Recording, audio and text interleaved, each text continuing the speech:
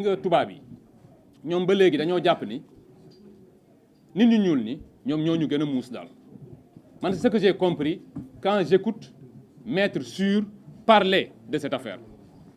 Maître Sûr, pour vous dire, il est venu de France uniquement pour défendre benn.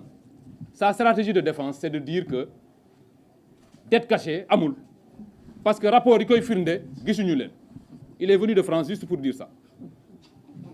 Et dans sa communication foofu laay waxee ne xanaa daf ñoo xeeb je pense qu'il doit, je vais le dire en français, Maître Sûr, aujourd'hui au Sénégal, nous comprenons mieux votre langue que vous et nous comprenons mieux le droit que vous. La période coloniale où il y avait quelques Sénégalais qui avaient fait droit est dépassée. Aujourd'hui, on peut vous concurrencer avec que des Sénégalais parlent mieux votre langue que vous-même. Et en droit, nous avons des références quand même au niveau du Sénégal. Alors, l'une des contradictions de Maître Sûr, c'est mu ni moom gisul rapport yi. Il a parlé du rapport de l'IGF, il a parlé du rapport de la Cour des comptes et il a enfin parlé du rapport du cabinet Mazars. Mais là où il nous prend, pour parler un peu comme les enfants, il nous prend pour des oiseaux, c'est de dire que moom ci biir waxam mu wax ba ni il semble que des gens ont refusé de signer moom kay kon kay gis na rapport bi. Comment est-il capable, lui, de savoir qu'il y a eu des gens qui ont refusé de signer? Li ñu bañ a signer noonu mooy rapport bi. Et c'est ça qu'il dit qu'il n'a pas. Il parle à qui? C'est pas parce qu'il prend l'avion qu'il vient en Afrique qu'il peut tout se permettre. Il parle même de procès stalinien. C'est une grande contradiction, c'est une insulte pour ce peuple. Nous n'avons pas fait de procès. Macky Sall, il n'y a aucune affaire contre lui. C'est à la limite des incidents diplomatiques. C'est-à-dire, yow nga ñëw dans un pays, on n'a pas encore engagé de poursuite, tu te mets à critiquer les gens, à parler de procès stalinien, comme si nous étions en train de violer les droits.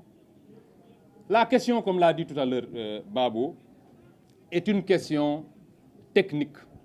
Ce n'est pas un avocat qu'il fallait aller chercher. C'est des spécialistes de droit budgétaire, c'est des financiers qu'il faut chercher à ce stade pour s'expliquer. Soxloolu ngay jëli avocat yow liñ la on n'est pas dans un combat. L'avocat, c'est pour te défendre dans le cadre d'une instance. Et je ne pense pas que Olivier Sûr ait des références sérieuses en matière de finances publiques. Pour le moment, on n'en est pas encore là. Donc, aller chercher un avocat pour ça, je ne pense pas qu'on en ait besoin.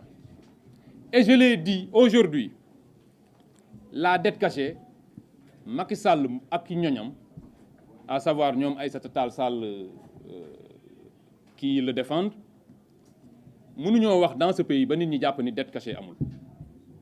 Dama bëgg retourner affaire bi neneen. Une dette mooy lan mooy loo leb.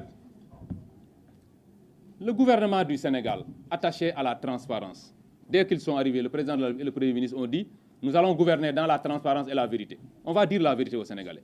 Vous pensez que nous allons aller inventer, parce que la dette cachée, c'est une déclaration pour nous. C'est de dire qu'il y a 4 850 milliards qui sont quelque part, qui sont une dette. Mais quand on le déclare, ça veut dire qu'on va le payer. Est-ce que nous dinañ dem bon vraiment ne bon léegi man daal damay xeex Macky au point que naa créé dette cachée de 4 000 milliards ma war koo fay uniquement pour avoir Macky Sall. Macky Sall, nous l'aurons même sans viser. Jarul ñuy def benn affaire. C'est mooy nit ñi nga xam ne dañuy taxaw sa kanam tu tires sans viser et tu l'atteins. Soxlawul ñuy dem créer ji 4 milliards de dettes boo xam ne dañ koy fay. Et je vous dis que c'est tellement grave que non seulement en fait une dette correspond toujours à c'est une forme de financement. Ki nëbb dette bi ça veut dire que donc fi mu ko dugal leerul. C'est extrêmement grave. Et j'ai entendu tout à l'heure quelqu'un dire ñoom Macky Sall li ñu def ci dëkk bi graaw na graaw boo xam ne léegi ñun ñoo ngi fay chaque mois disons au titre de l'amortissement et du service de la dette 16 milliards. Mais 16 milliards yooyu ñu war a fay ñi ko def ngeen yaakaar ni waruñu leen woon a topp bu yàgg. Man wax naa ko depuis l'année dernière Dame j'ai dit que gis nga nit boo jàkkaarloog moom damay jël toujours cette métaphore qui fait appel à la lutte bu ngeen jàkkaarloo lu mu la ragal bu xaaree 1 minute ñëwoo au bout de 5 minutes boo ñëwul mu commencé la ñeme c'est sûr Macky Sall moom bu ñu songoo dañ koy daan mais nañ ko teel a daan balaa moo guddi ay arbitre dit arrêté match bi ñu naan match nul ak yooyu.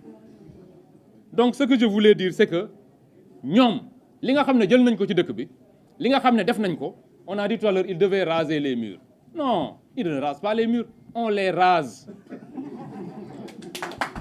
parce que ñun ñii quand je dis raser on te rase kaso moom balaa nga faa dugg yow mosoo dugg de ah si d'accord bon balaa nga faa dugg dañ lay wat mais il faut les raser dëkk bi ku def loolu dañ la war a wat nga dem tu vas en répondre loolu noonu la dëkk di doxee Macky Sall li mu def nii te lii nii lu ndaw la par rapport ak li nga xam ne moom lañ ko war a mën a reprocher yëpp mooy li may wax la réponse politique proactive dañu leen a seetaan ba ñoom je vous ai dit il y a quelques semaines commencé nañ jàpp confiance tout à fait au départ nous n'entendions pas parler le président de la République l'ancien président de la République et ses acolytes ses suppôts de l'APR mais tey jii wax na ñoo wax a wax ba commencé sax wax ni ñoom dañ ñuy porter plainte ça veut dire quoi ça veut dire que la stratégie pour ñoom c'est il faut juste faire diversion gars yi ñu ngi ñëw ci man mais pour gëmloo ni man defuma dara man naa leen njëkk a song naa leen attaquer et c'est en cela que je considère que il faudrait que la reddition des comptes soit complète te ki gën a nekk cible ki nga xam ne moo fi gën a def loo xam ne war nañ koo mën a topp c'est Macky Sall.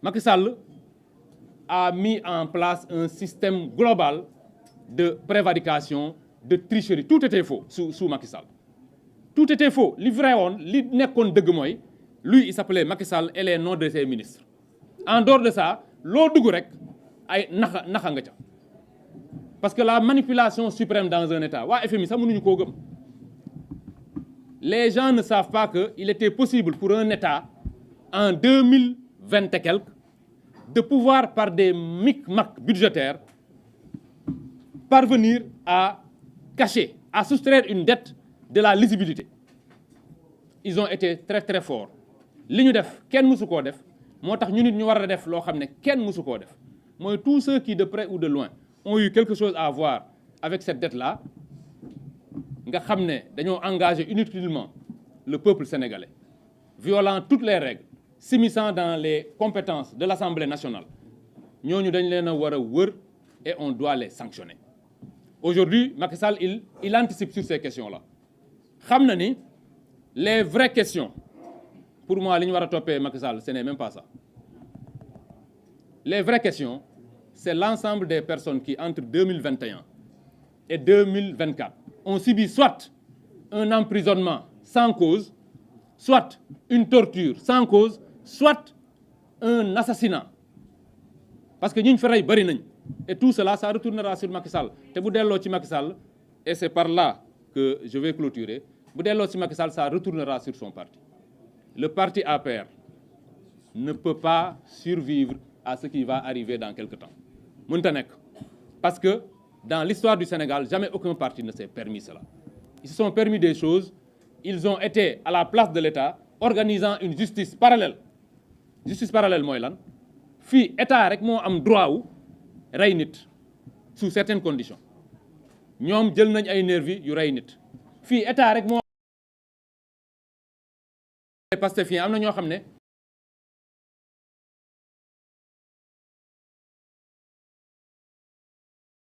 jël la sécurité actuelle d'Ousmane Sonko et je me mets à arrêter des Sénégalais c'est ce que faisait l'APR loolu tax na bu ñu demee nii tout cela ne passera pas ces anticipations ces constructions intellectuelles ces convocations de petits sorciers blancs sans profondeur intellectuelle loolu mënu leen cee génne nous arriverons au moment où tout le monde au niveau de l'APR et c'est pour ça en tout cas que moi je me bats et je considère que c'est pour ça que les Sénégalais nous ont élus nous arriverons à un moment critique où les gens de l'APR répondront et l'APR va mourir de sa belle mort.